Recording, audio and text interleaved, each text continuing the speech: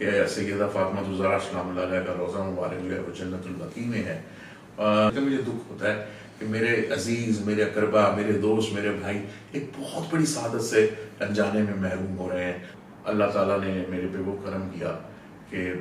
بیان سے باہر ہے۔ ملائکتہ یصلون علی النبی یا ایھا الذین آمنوا صلوا علیہ وسلموا تسلیما اللہم صل علی سیدنا محمد وعلی اہل بیتہ وآلہ وبارک وسلم علیہ۔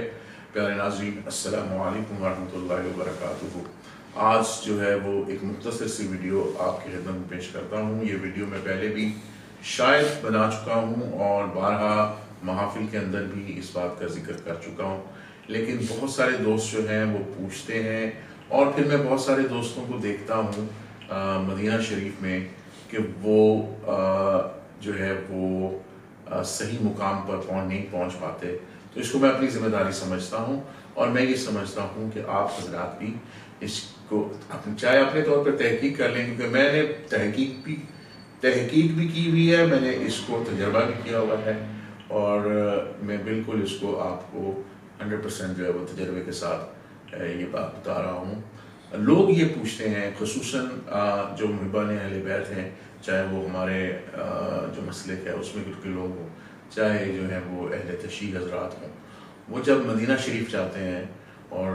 نبی کریم صلی اللہ علیہ وسلم کے روضہ پر حاضری دینے کے بعد جو سب سے زیادہ خواہش ہوتی ہے وہ لوگوں کی، وہ ہوتی ہے کہ وہ سیدہ طیبہ طاہرہ سیدہ فاطمہ الزہرا سلام اللہ علیہ کے روضہ مبارک پر حاضری دیں اور وہاں سلام پیش کریں۔ لیکن اس میں لوگ جو ہیں وہ بہت زیادہ کم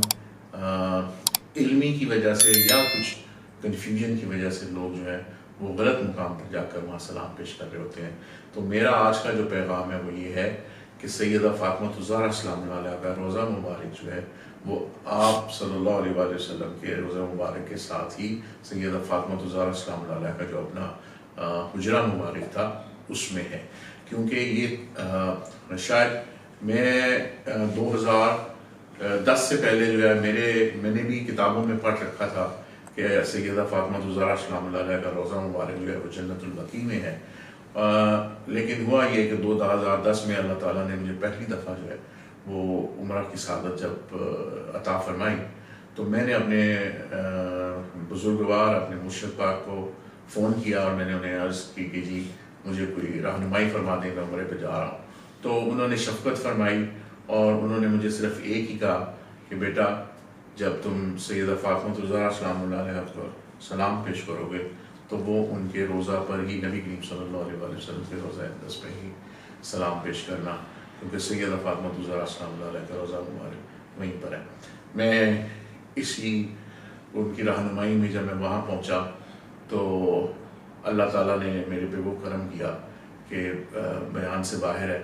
کہ میں پہلی دفعہ گیا، اور میں پہلی دفعہ ہی سیدہ فاطمہ الزہرا سلام اللہ علیہ کے جو حجرہ مبارک جو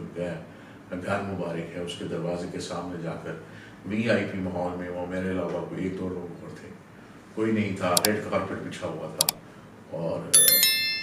وہاں پر جب میں نے پہنچا اور میں نے سلام پیش کیا تو میری کیفیت جو تھی، وہ میری جو حالت تھی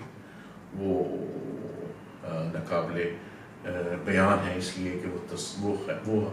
وہ جو احساسات ہیں ان کا اظہار نہیں کیا جا سکتا۔ لیکن میں اتنا بتا دیتا ہوں کہ وہ لمحات میری زندگی کے قیمتی ترین لمحات میں شامل ہیں، اور یا شاید وہی میری زندگی کے قیمتی ترین لمحات ہوں۔ تو بہرحال پھر ظاہر ہے انسان ہے، میں جو کہ مرشد نے یہ کہہ کر بھیجا تھا تو ایک یقین تو تھا، لیکن کیونکہ مجھے یہ بھی معلوم تھا کہ جب میں کسی اور سے اس بات کا ذکر کروں گا تو وہ تو اس کو اس طرح سے نہیں لے گا، وہ تو پوچھے گا اس کی دلیل کیا ہے، اس کا وہ کیا ہے۔ تو پھر میں نے کیا ہوا کہ جنت البقیع میں حاضری دے رہا تھا آئمہ حضرات اور تمام صحابہ اعظام کی قبورہائے مقدسہ پر، تو وہاں پر ایک ایران سے ایک بہت بڑا گروپ آیا، اور وہ جو ہے وہاں پر جہاں پر جناب امام حسن علیہ السلام، امام زین العابدین علیہ السلام، امام باقر علیہ السلام، امام جعفر صادق علیہ السلام، اور حضور کے چچا حضرت عباس اور حضرت فاطمہ بنت اسد، ان کی جو روضہ مقدس ہیں، وہ ان کے اوپر دور سے کھڑے ہوئے سلام پیش کر رہے تھے۔ جب انہوں نے اپنا سلام پیش کر لیا تو پھر میں نے ان سے پوچھا، میں نے کہا جی آپ مجھے کیا یہ بتائیں گے کہ یہاں پر سیدہ فاطمہ الزہرا، میں نے پہلے ان سے پوچھا کیونکہ وہ ایرانی تھے، میں نے کہا مجھے آپ انگلش سمجھتے ہیں یا، انہوں نے کہا میں ہاں میں سمجھتا ہوں. تو میں نے ان سے پوچھا کہ انگلش میں، پھر میں نے ان سے پوچھا کہ آپ مجھے بتا سکیں گے کہ سیدہ فاطمہ الزہرا سلام اللہ علیہ کا روزہ مبارک ہے؟ تو انہوں نے مجھے حضور نبی کریم صلی اللہ علیہ وآلہ وسلم کے روزہ مقدس کی طرف اشارہ کرتے ہوئے فرمایا کہ دیٹ از دیئر، کہ وہ وہاں پر ہے. پھر مجھے جو ہے وہ ایک مل گیا کہ بھئی میں یعنی اہل تشیع میں بھی ایران سے آئے ہوئے بہت بڑے قافلے کے رہنما تھے اور ان کی ایک شخصیت تھی. پھر یہ ہوا کہ میں نے جو ہے وہ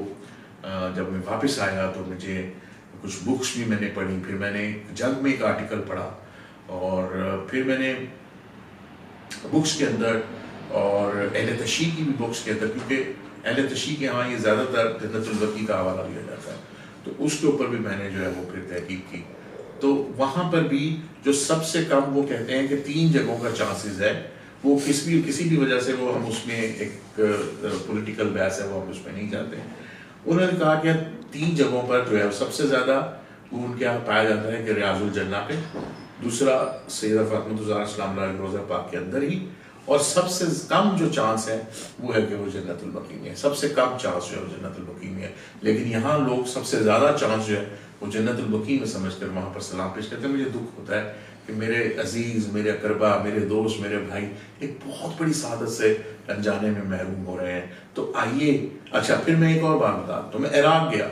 میں نے عراق میں جناب امام حسین علیہ السلام کے جو روضہ اقدس کے جو وہاں پر علماء ہیں،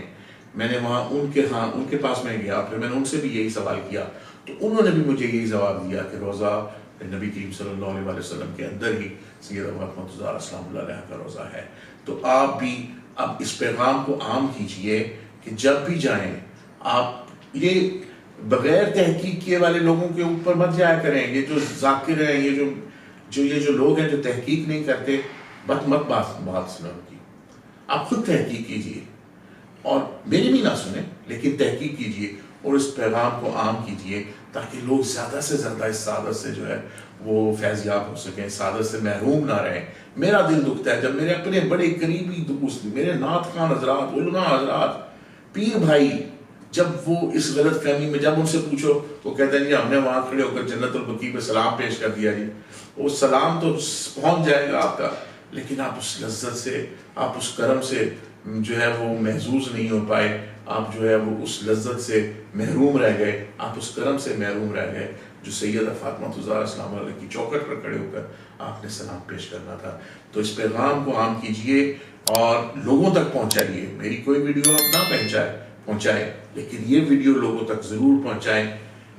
خدا را جب بھی مدینہ شریف جائیں تو روضہ سیدہ فاطمہ الزہرا سلام اللہ جو آپ کا گھر ہے، جسے بیت فاطمہ کہتے ہیں عربی لوگ وہاں پر،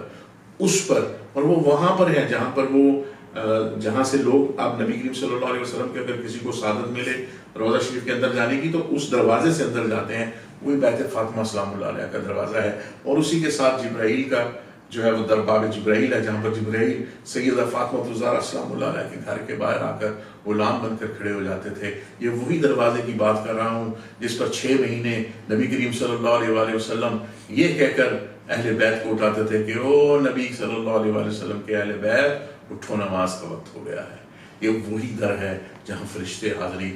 کبھی کوئی فرشتہ بھیکاری بن کر آ رہا ہے، کبھی کوئی فرشتہ وہاں پر ٹیلر بن کے آ رہا ہے، کوئی قیدی بن کر آ رہا ہے، کوئی تو یعنی یہ مرجع خلائق وہ جگہ ہے. تو جب آپ نبی کریم صلی اللہ علیہ وآلہ وسلم کی حاضری دیں تو اس حاضری کے بعد انہی سے استطاعت کریں کہ یا رسول اللہ جناب سیدہ کے دروازے پر پہنچا دیں. انشاءاللہ اللہ ہم سب کی رہنمائی فرمائے. السلام علیکم ورحمۃ اللہ وبرکاتہ.